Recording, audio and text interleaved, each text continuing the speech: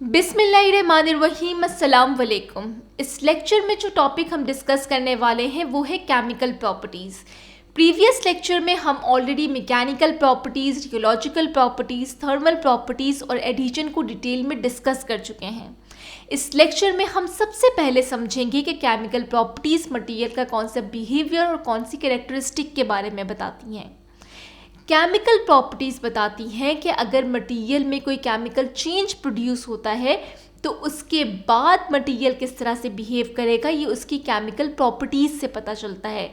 यानी कि एक मटेरियल जो कि सेट हो गया है, उसके सेट होने के बाद उस मटेरियल में अगर कोई केमिकल चेंज प्रोड्यूस होता है या कोई केमिकल रिएक्शन होता है उस मटेरियल में, तो उसके बाद वो मटेरियल किस तरह से बिहेव करेगा वो उसकी केमिकल प्रॉपर्टीज़ से पता चलता है।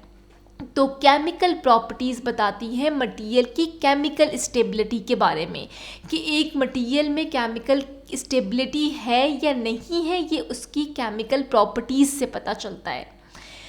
क्योंकि वो डेंटल मटेरियल्स जिन्हें ओरल कैविटी में प्लेस करना होता है, उनकी एक सबसे बड़ी रिक्वायरमेंट ये भी होती है कि उन्हें केमिकली स्टेबल होना चाहिए, उनमें केमिकल स्टेबिलिटी होनी चाहिए।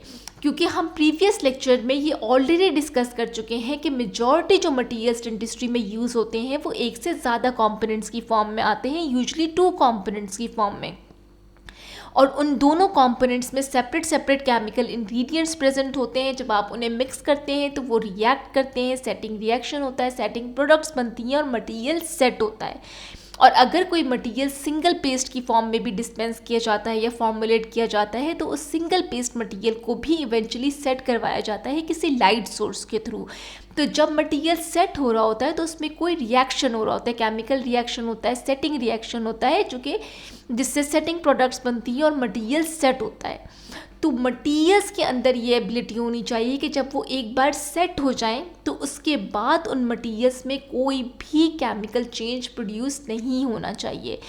यानी कि उन मटेरियल्स को केमिकली स्टेबल होना चाहिए, उनमें केमिकल स्टेबिलिटी होनी चाहिए कि एक बार जब वो सेट हो जाए तो उसके बाद उनमें कोई भी केमिकल चेंज प्रोड्यूस ना हो और ना ही उनमें कोई और केमिकल रिएक्शन हो।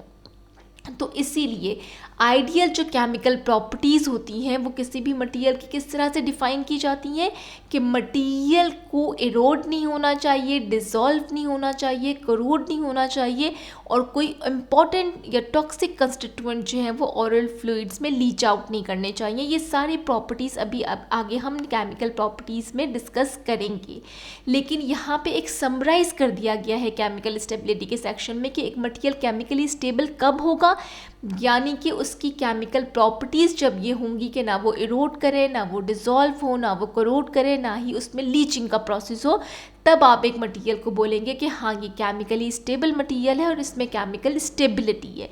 क्योंकि जितनी अच्छी मटेरियल की केमिकल स्टेबिलिटी होगी उतना ज़्यादा ड्यूरेबल वो मटेरियल ओरल कैविटी में परफॉर्म करेगा।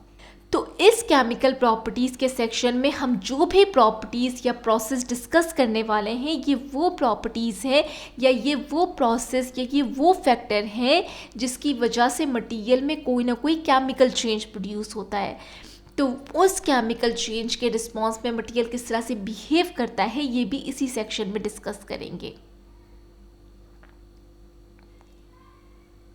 सबसे पहले जो 2 केमिकल प्रॉपर्टीज़ हम डिस्कस करने वाले हैं वो है सॉल्युबिलिटी और इरोजन। सॉल्युबिलिटी बताती है कि एक मटेरियल कितना डिज़ोल्व हो सकता है फ्लूइड में। जैसा कि सबको पता है कि ओरल एनवायरनमेंट एक मॉइस्ट एनवायरनमेंट है, वहाँ पे स्लाइवा प्रेजेंट है। स्लाइवा की प्रेजेंस की वजह से ओरल कैविटी एक मॉइस्ट और एक वेट एनवायरनमेंट है। तो जो भी मटेरियल्स आप ओरल कैविटी में प्लेस करने वाले हैं उन्हें भी मॉइस्चर से कांटेक्ट में आना है। तो उन मटेरियल्स के अंदर ये एबिलिटी होनी चाहिए कि या तो उनकी सॉल्युबिलिटी बिल्कुल लो हो या फिर वो मटेरियल्स इनसॉल्युबल होने चाहिए। क्योंकि अगर किसी मटेरियल की सॉल्युबिलिटी ज़्यादा होगी तो क्या होगा, वो मटेरियल डिज़ोल्व होना शुरू हो जाएगा और जब मटेरियल डिज़ोल्व होना शुरू होगा वो तो डिसइंटीग्रेट होगा, रिमूव होना शुरू हो जाएगा अपनी जगह से। तो इसलिए जिस भी मटेरियल को आप ओरल कैविटी में प्लेस कर रहे हैं उनकी लो सॉल्युबिलिटी होनी चाहिए या फिर वो इनसॉल्युबल होने चाहिए, क्योंकि ओरल कैविटी एक मॉइस्ट एनवायरनमेंट है, एक वेट एनवायरनमेंट है स्लाइवा की प्रेजेंस की वजह से। दूसरी जो केमिकल प्रॉपर्टी है इरोजन, एब्रेजन और एट्रीजन। हम ऑलरेडी जब हमने सरफेस हार्डनेस वाला लेक्चर किया था मैकेनिकल प्रॉपर्टीज़ में, तो हम इसके बेसिक कॉन्सेप्ट को जो है वो समझ चुके हैं, लेकिन यहाँ पे हम थोड़ा सा इसको रिवाइज करेंगे। अगर आपको डिटेल में रिवाइज करना है तो आप वो सरफेस हार्डनेस वाला लेक्चर जो है वो सुन सकते हैं। यहाँ पे हम इरोजन के प्रोसेस को समझने के लिए इसे एक थोड़ा सा रिवाइज करेंगे, ताकि हमें ये इरोजन का प्रोसेस जो है वो समझ में आए कि इरोजन क्या प्रॉपर्टी है या इरोजन में क्या होता है बेसिकली मटेरियल के साथ। जैसा कि हमने डिस्कस किया था कि टूथ लॉस का जो सबसे मेन कॉज है वो है डेंटल कैरीज, जो कि bacterial loss of tooth structure है। उसके बाद जो सेकंड मेन कॉज आता है टूथ स्ट्रक्चर के लॉस का, वो है वेयर, या जिसे टूथ वेयर भी वर्ड यूज़ किया जाता है, लेकिन मोस्ट कॉमनली इसके लिए वर्ड यूज़ किया जाता है वेयर। वेयर को अगर ब्रॉडली डिफाइन करें तो इस तरह से डिफाइन किया जाता है कि non bacterial loss of tooth structure is known as wear. इसको ब्रॉडली इसलिए डिफाइन करते हैं कि इसकी फर्दर 3 कैटेगरीज हैं, यानी कि वेयर बेसिकली 3 टाइप का होता है, attrition, abrasion and erosion. Tooth to tooth contact की वजह से जो टूथ स्ट्रक्चर लॉस हो रहा होता है उसे एट्रीजन कहते हैं। एट्रीजन फिजियोलॉजिकल भी होता है और पैथोलॉजिकल भी होता है। फिजियोलॉजिकल क्या है कि आप जब च्यू कर रहे हैं फूड, अपर एंड लोअर आपके टीथ कांटेक्ट में आ रहे हैं तो इनमें एट्रीजन होती है, टूथ स्ट्रक्चर लॉस होता है। इसी तरह से जो मीजियर और डिस्टल टूथ जो है वो कांटेक्ट में होते हैं, वहाँ पे भी जो है वो प्रॉक्सिमल कांटेक्ट पे जो है वो टूथ स्ट्रक्चर लॉस हो रहा होता है। लेकिन ये जो फिजियोलॉजिकल टूथ स्ट्रक्चर जो लॉस हो रहा होता है ये बहुत ही स्लो पेस पे हो रहा होता है, बहुत ही स्लो इसका जो है वो मैग्नीट्यूड होता है, यानी कि ये बहुत ही स्लो प्रोसेस होता है। लेकिन जो पैथोलॉजिकल जो एट्रीजन के प्रोसेस होते हैं, लाइक ब्रुक्सिज्म, क्लेंचिंग, लाइक जिन पेशेंट यानी कि जिन लोगों को हैबिट होती है कि वो क्लेंच करते हैं टीथ को सोते हुए या फिर प्रेस करते हैं, तो उनमें जो है वो पैथोलॉजिकल एट्रीजन देखने में आता है। यानी कि ये जो टीथ टू टीथ कांटेक्ट की वजह से टूथ स्ट्रक्चर लॉस हो रहा होता है, ये इन पेशेंट्स में लाइक ब्रुक्सिज्म जिनकी हैबिट होती है, जिनको क्लेंचिंग की हैबिट होती है, उनमें बहुत ज़्यादा तेज़ी से एट्रीजन देखने में आती है। तो उस एट्रीजन को पैथोलॉजिकल एट्रीजन कहते हैं। यानी कि एट्रीजन वो वेयर है, यानी कि वो टूथ स्ट्रक्चर का लॉस है जो कि टूथ टू टूथ कॉन्टैक्ट की वजह से होता है। इसके बाद आ जाते हैं एब्रेजन पे। एब्रेजन किस वजह से होती है?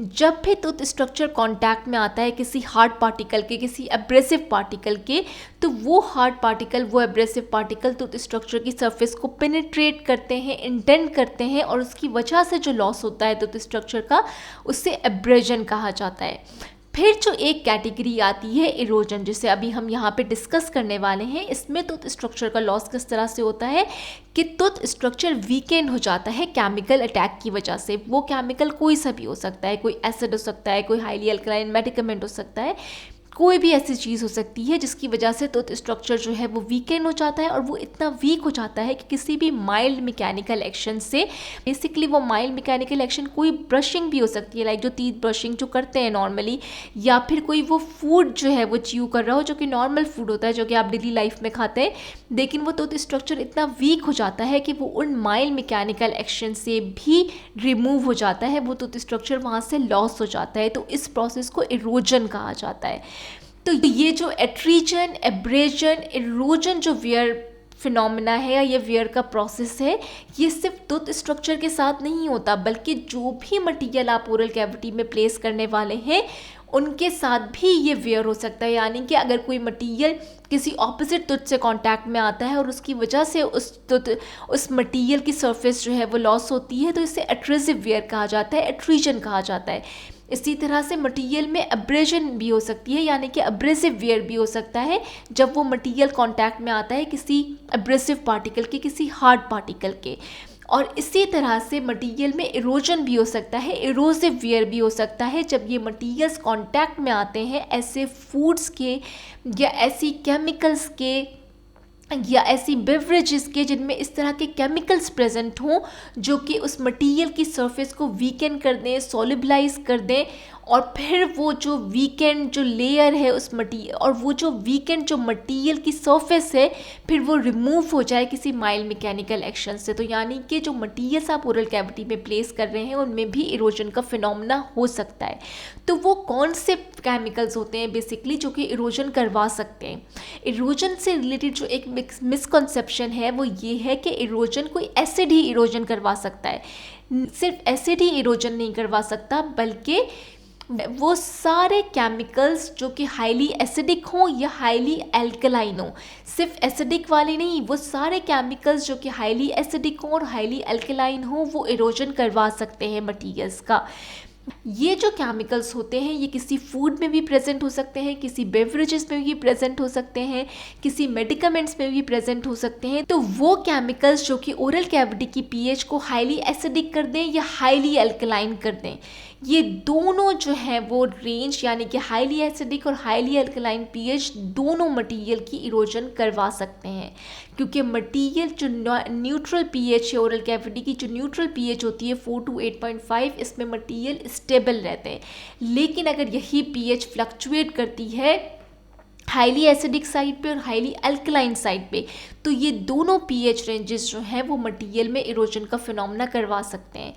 तो वो केमिकल्स जो कि ओरल कैविटी की पीएच को हाईली अल्कलाइन साइड पे ले जाए या हाईली एसिडिक साइड पे ले जाए, वो सारे केमिकल्स जो हैं वो इरोजन का प्रोसेस करवा सकते हैं, यानी कि वो वीकन कर देते हैं मटीरियल की सरफेस लेयर को, जो कि बाद में रिमूव हो जाती है किसी भी माइल्ड मैकेनिकल एक्शन से। तो किसी भी मटीरियल को जिसे आप ओरल कैविटी में प्लेस कर रहे हैं उनकी सॉलिबिलिटी भी कम होनी चाहिए या फिर ज़ीरो इनसॉल्युबल होना चाहिए मटीरियल को, और दूसरा उन मटीरियल की इरोजन रेजिस्टेंस जो है वो ज़्यादा होनी चाहिए, इरोसिव वेयर जो है वो उन मटीरियल्स में नहीं होना चाहिए। तो यहाँ पे अगर सॉलिबिलिटी और इरोजन को समराइज करें तो इस तरह से कर सकते हैं कि वो मटीरियल्स जिन्हें आप ओरल कैविटी में प्लेस कर रहे हैं उनको इनसॉल्युबल होना चाहिए या फिर उनकी लो सॉलिबिलिटी होनी चाहिए, और दूसरा ये कि मटीरियल को रेजिस्टेंट होना चाहिए इरोजन से, यानी कि मटीरियल्स के अंदर ये एबिलिटी होनी चाहिए कि वो रेजिस्ट कर सकें केमिकल अटैक्स को, यानी कि केमिकल अटैक्स के रिस्पॉन्स में उन मटीरियल में कोई डिसोल्यूशन ना हो और इरोजन का प्रोसेस ना हो। तो यानी कि जो भी मटीरियल्स आप ओरल कैविटी में प्लेस कर रहे हैं उन्हें इनसॉल्युबल होना चाहिए और रेजिस्टेंट होना चाहिए इरोजन से, क्योंकि अगर कोई मटीरियल की सॉलिबिलिटी ज़्यादा होगी और इरोजन से रेजिस्टेंस अच्छी नहीं होगी तो वो मटीरियल्स ओरल कैविटी में अच्छा परफॉर्म नहीं कर सकते। तीसरी जो केमिकल प्रॉपर्टी हम यहाँ पे डिस्कस करने वाले हैं वो है लीचिंग, और लीचिंग की प्रॉपर्टी को समझने के लिए यहाँ पे हम एक टर्म को रिवाइज करेंगे, वो है डिफ्यूजन। डिफ्यूजन सबको पता है, हम ऑलरेडी सब पढ़कर आ चुके हैं कि डिफ्यूजन क्या होता है, movements of ions and molecules from high concentration gradient to low concentration gradient. तो डिफ्यूजन का जब आपको कॉन्सेप्ट पता होगा तो लीचिंग का कॉन्सेप्ट भी आपको बहुत अच्छे से समझ में आ जाएगा। लीचिंग में क्या होता है बेसिकली कि ओरल कैविटी में आप जो भी मटेरियल प्लेस कर रहे हैं तो ओरल एनवायरनमेंट में क्या प्रेजेंट है, स्लाइवा प्रेजेंट है, यानी कि वहाँ पे वाटर की कंसंट्रेशन ज़्यादा है, और जो मटेरियल आप ओरल कैविटी में प्लेस कर रहे हैं उसमें वाटर की कंसंट्रेशन कम है, उसमें उसके अपने केमिकल कंपोनेंट्स, केमिकल इंग्रेडिएंट्स या आयंस या मॉलिक्यूल्स प्रेजेंट हैं। तो ओरल कैविटी में ये होता है कि समटाइम्स मटेरियल वाटर एब्जॉर्ब कर लेता है सराउंडिंग स्लाइवा से और अपना कोई कंपोनेंट जो है वो रिलीज़ कर देता है ओरल फ्लूइड्स में डिफ्यूजन के प्रोसेस के थ्रू। इसे लीचिंग कहा जाता है, यानी कि लीचिंग के प्रोसेस में मटेरियल अपना कोई कंपोनेंट, अपना कोई आयन या मॉलिक्यूल रिलीज़ कर देता है ओरल फ्लूइड्स में डिफ्यूजन के प्रोसेस के थ्रू, इसे लीचिंग कहा जाता है।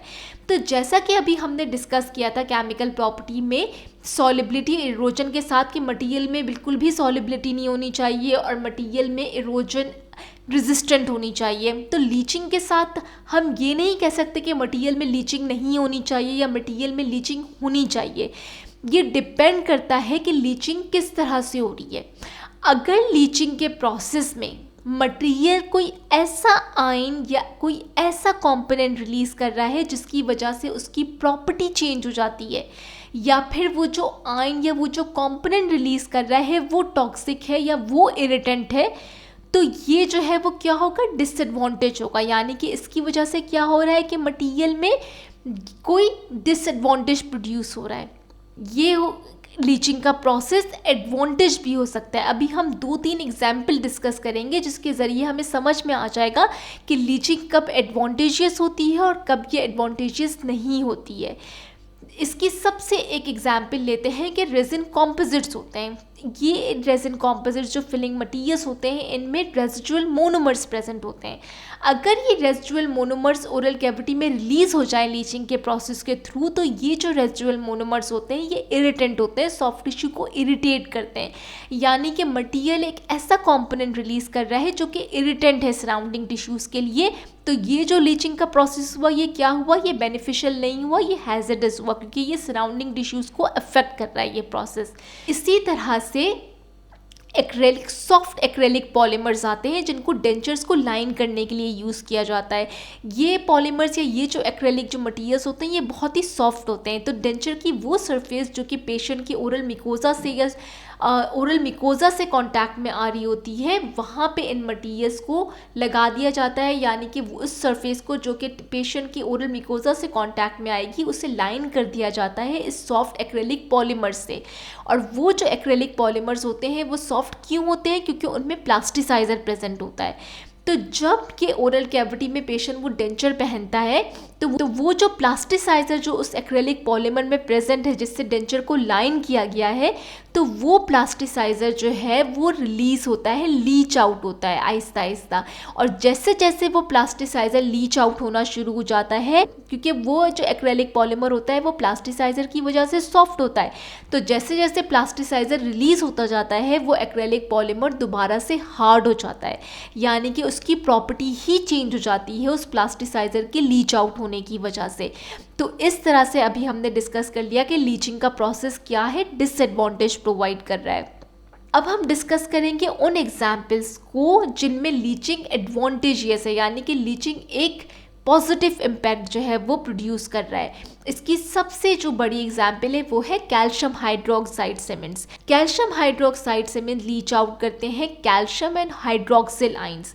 Hydroxyl ions antibacterial function provide करते हैं और कैल्शियम आयन प्रमोट करते हैं सेकेंडरी डेंटिन की फॉर्मेशन को। तो यानी कि ये जो कैल्शियम और हाइड्रोक्सिल आयन ये कैल्शियम हाइड्रोक्साइड सीमेंट रिलीज कर रहा है, ये कितना पॉजिटिव जो है वो इफेक्ट सराउंडिंग में प्रोड्यूस कर रहे हैं। यानी कि सेकेंडरी डेंटिन को प्रोड्यूस करवा रहे हैं, उसकी प्रोडक्शन को प्रमोट कर रहे हैं, और दूसरा एंटीबैक्टीरियल एक्शन प्रोवाइड कर रहे हैं। इसी तरह से ग्लास आयनोमर फिलिंग मटीरियल्स होते हैं जो कि रिलीज करते हैं फ्लोराइड आइंस जो कि एंटीबैक्टीरियल है। तो इस तरह से लीचिंग का प्रोसेस एडवांटेज की तरफ भी जा सकता है और डिसएडवांटेज की तरफ भी जा सकता है। डिपेंड कर रहा होता है कि लीचिंग में जो कंपोनेंट्स रिलीज हो रहे हैं उनका क्या इफेक्ट आ रहा है मटीरियल पे और सराउंडिंग पे। वो मटीरियल्स जिनमें से आइंस लीच आउट हो रहे हैं उन पे इवेंचुअली क्या इफेक्ट आ रहा है, ये इस पे भी डिपेंड करता है कि लीचिंग का कौन सा मैकेनिज्म है, यानी कि किस मैकेनिज्म के थ्रू लीचिंग हो रही है। अगर कोई मटीरियल अपना कोई आयन लीच आउट कर रहा है और उसकी रिप्लेसमेंट पे उसे दूसरा आयन मिल जाता है, तो ये जो मैकेनिज्म होता है लीचिंग का, इसे आयन एक्सचेंज कहते हैं। और इसमें मटीरियल जो होता है वो अपनी इंटेग्रिटी को या अपनी स्ट्रक्चरल इंटेग्रिटी को मेंटेन रखता है, क्योंकि एक आयन वो रिलीज कर रहा है और एक आयन उसे स्लाइवरी फ्लूइड से रिप्लेसमेंट के तौर पे मिल रहा है। तो ओवरऑल मटीरियल की इंटेग्रिटी मेंटेन रहती है। फॉर एग्जाम्पल कि एक मटीरियल है जो कि फ्लोराइड आयन रिलीज़ कर रहा है, और फ्लोराइड आयन जब वो रिलीज़ कर रहा है तो उससे स्लाइवरी फ्लूइड से, टिश्यू फ्लूइड से हाइड्रोक्सिल आयंस जो हैं वो मिल रहे हैं। यानी कि एक आयन जा रहा है और एक आयन उसके पास आ रहा है, तो इससे उसकी स्ट्रक्चरल इंटेग्रिटी मेंटेन रह रही है। लेकिन यही लीचिंग का प्रोसेस अगर इस तरह से हो रहा हो कि एक मटीरियल लीच आउट कर रहा है, यानी कि रिलीज़ कर रहा है आयन को, लेकिन उसकी रिप्लेसमेंट पे उससे कोई आयन नहीं मिल रहा, और मोस्ट प्रोबेबली इन सिनेरियो में ये होता है कि आयन की रिप्लेसमेंट में वाटर अंदर आ रहा होता है मटीरियल के, यानी कि एक सॉलिड की रिप्लेसमेंट पे लिक्विड मिल रहा है। तो उससे क्या होता है कि मटीरियल डिग्रेड होता है, डिग्रेडेशन स्टार्ट हो जाती है, डिसइंटीग्रेट हो जाता है मटीरियल।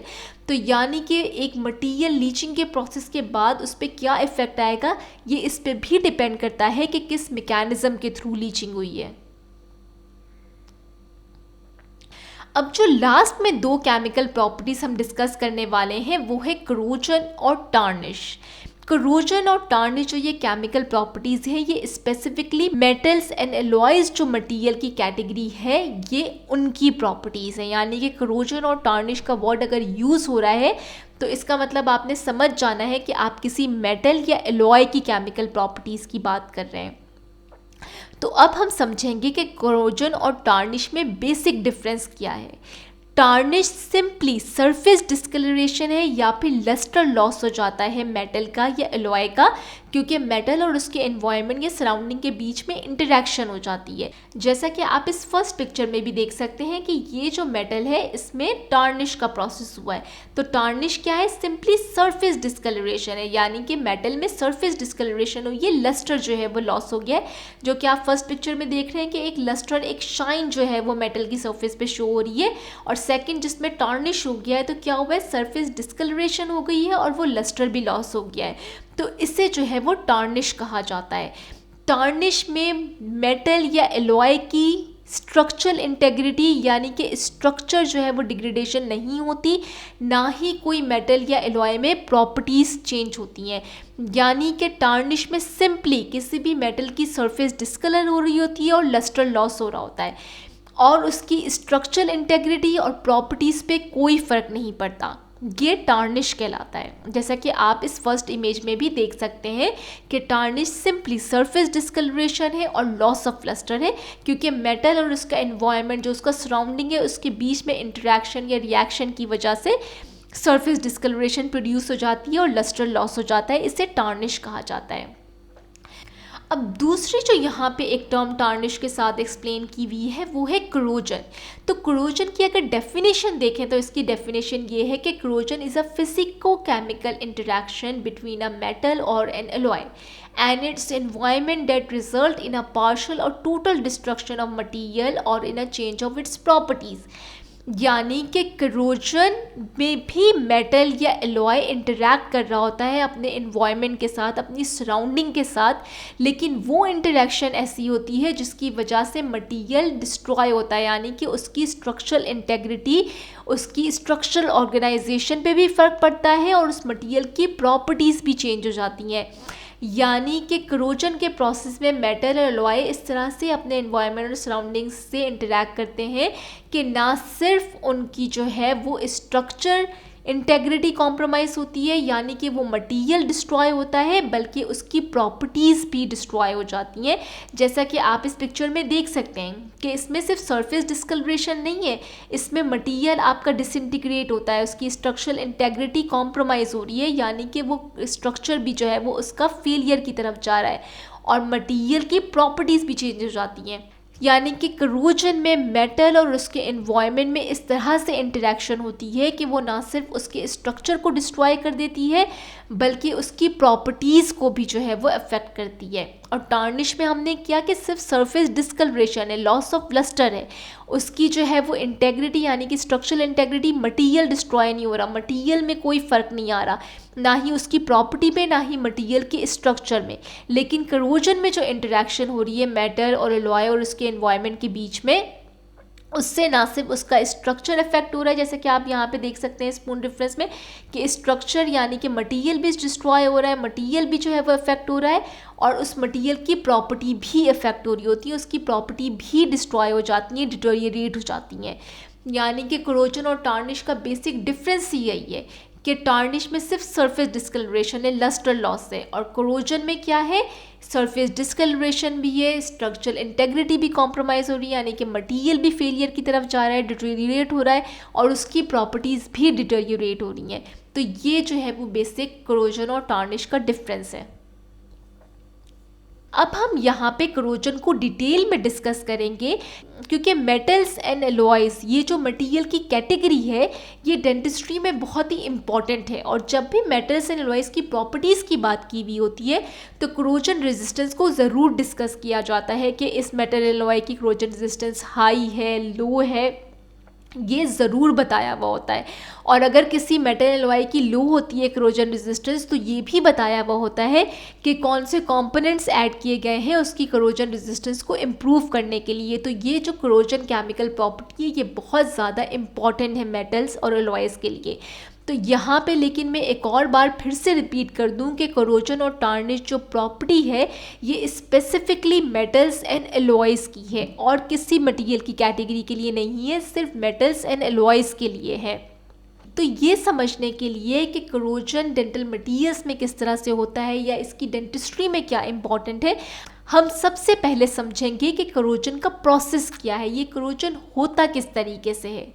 जब भी दो डिफरेंट मेटल्स एंड एलॉयज एक दूसरे से क्लोज प्रॉक्सिमिटी में आते हैं और इनके बीच में कोई सुटेबल इलेक्ट्रोलाइटिक मीडियम प्रेजेंट हो तो एक इलेक्ट्रोलाइटिक सेल डेवलप हो जाता है। इलेक्ट्रोलाइटिक सेल का कॉन्सेप्ट सबको है कि इलेक्ट्रोलाइटिक सेल क्या होता है कि एक तरफ एनोड होता है, एक तरफ कैथोड होता है और इलेक्ट्रोलाइटिक मीडियम इन दोनों के बीच में प्रेजेंट होता है। और आयंस जो है वो एनोड से कैथोड पे मूव करते हैं, यानी कि इलेक्ट्रॉन्स एनोड से कैथोड पे मूव करते हैं और वो जो इलेक्ट्रोलाइटिक मीडियम होता है वो असिस्ट करता है इलेक्ट्रॉन की मूवमेंट में।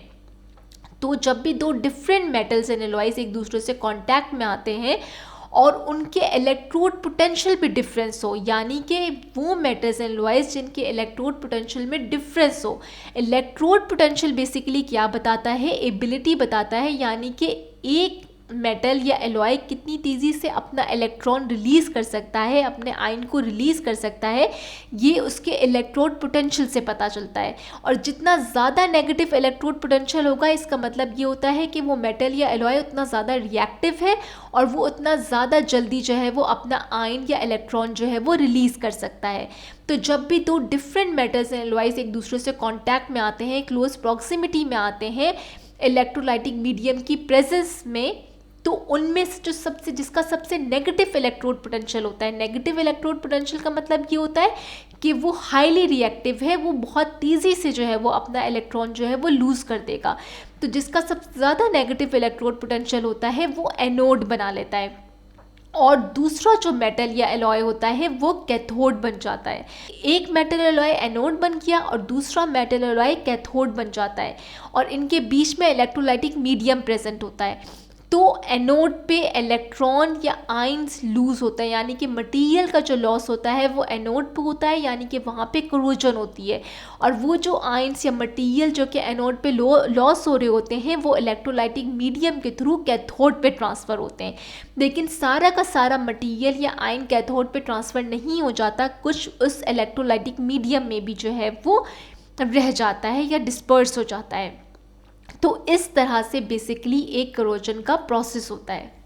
अभी हमने डिस्कस कर लिया बेसिक करोजन के प्रोसेस को कि करोजन का प्रोसेस होता कैसा है, यानी कि जब दो डिफरेंट मेटल्स एंड एलॉयज जिनकी डिफरेंट इलेक्ट्रोड पोटेंशियल हो, जब ये एक दूसरे से कांटेक्ट में आते हैं और उनके बीच में कोई इलेक्ट्रोलाइटिक मीडियम प्रेजेंट हो, तो जिसका सबसे नेगेटिव इलेक्ट्रोड पोटेंशियल होता है वो एनोड बना लेता है और दूसरा मेटल एलॉय कैथोड बना लेता है। लेकिन करोजन कहाँ पे होती है, उस मेटल या एलॉय पे होती है जो एनोड बना होता है। वहाँ से मटेरियल, वहाँ से मेटल आइटम या आयन जो है वो लॉस होते हैं और वो ट्रांसफ़र होते हैं कैथोड पे।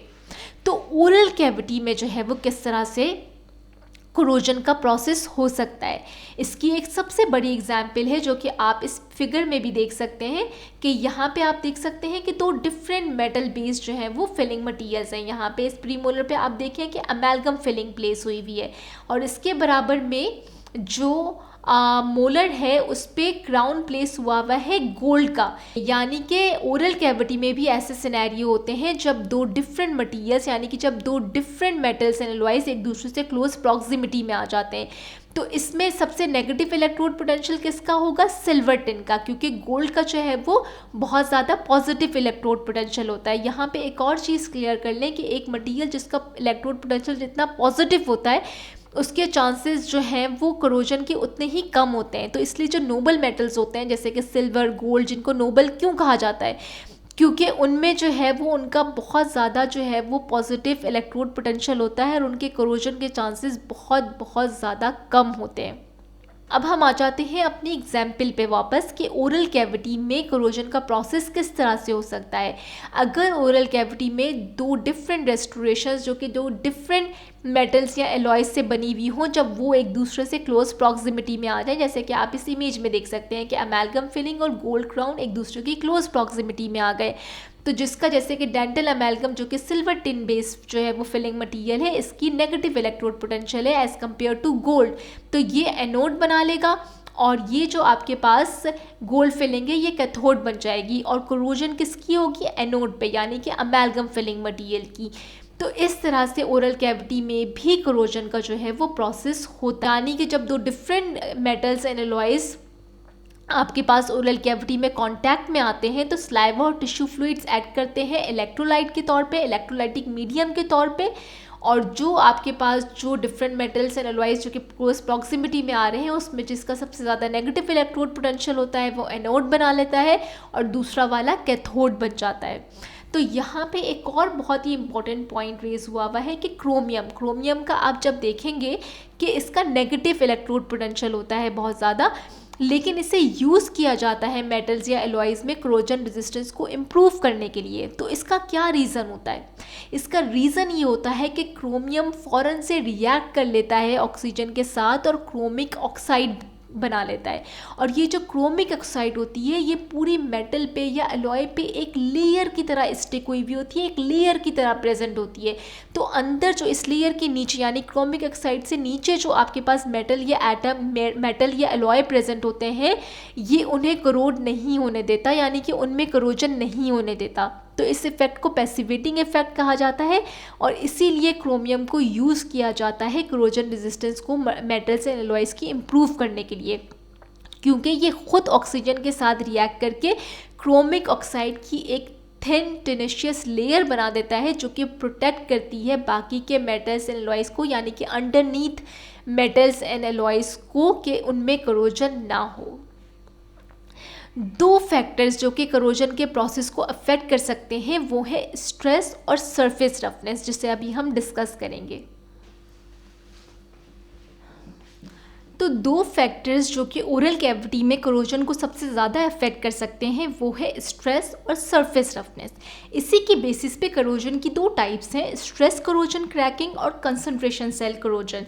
वैसे तो करोजन की और बहुत सी टाइप्स हैं, लेकिन जो सबसे ज़्यादा रेलिवेंट है डेंटिस्ट्री से या डेंटल मटीरियल से वो अब हम इसमें डिस्कस करेंगे। तो सबसे पहले डिस्कस करते हैं कि स्ट्रेस करोजन क्रैकिंग है क्या। अगर किसी मेटल या एलॉय से बनी हुई प्रोस्थेसिस पे, अप्लायंस पे एक्सेसिव प्रेशर लगता है, एक्सेसिव फोर्स लगती है, तो उसकी वजह से करोजन जो है वो इंक्रीज हो जाती है, एक्सिलरेट हो जाती है, और जिसकी वजह से वो मटेरियल फेल कर सकता है, फ्रैक्चर हो सकता है, उसमें क्रैकिंग हो सकती है। इसे स्ट्रेस करोजन क्रैकिंग कहा जाता है। तो एक्सेसिव स्ट्रेस की वजह से करोजन कैसे एक्सिलरेट हो जाती है? इसका मेन रीज़न ये होता है कि जब भी किसी मेटल या एलॉय पे एक्सेसिव स्ट्रेस लग रही होती है तो उसके कुछ जो मेटल या एलॉय होते हैं वो ज़्यादा स्ट्रेस हो जाते हैं as compare to other atoms जो कि उसमें प्रेजेंट हैं।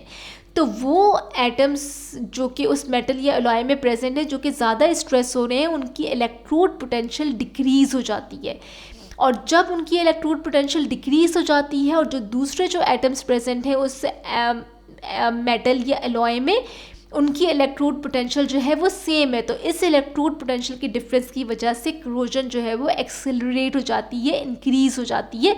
तो इसे स्ट्रेस करोजन क्रैकिंग कहा जाता है, और इस स्ट्रेस करोजन क्रैकिंग की वजह से जो है वो मटेरियल में फेलियर भी हो सकता है, फ्रैक्चर भी हो सकता है, और वो मटेरियल जो है वो फेलियर की तरफ भी जा सकता है।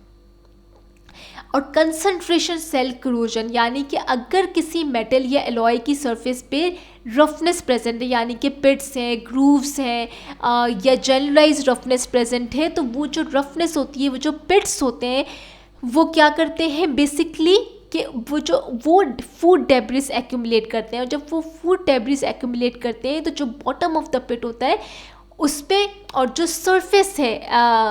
सरफेस है उस मेटल या एलॉय की, उन दोनों के बीच में ऑक्सीजन ग्रेडियंट का डिफरेंस आ जाता है। तो जो पिट का जो बॉटम होता है वो एक्ट करता है एनोड के तौर पे, और जो सरफेस होती है वो एक्ट करती है कैथोड के तौर पे।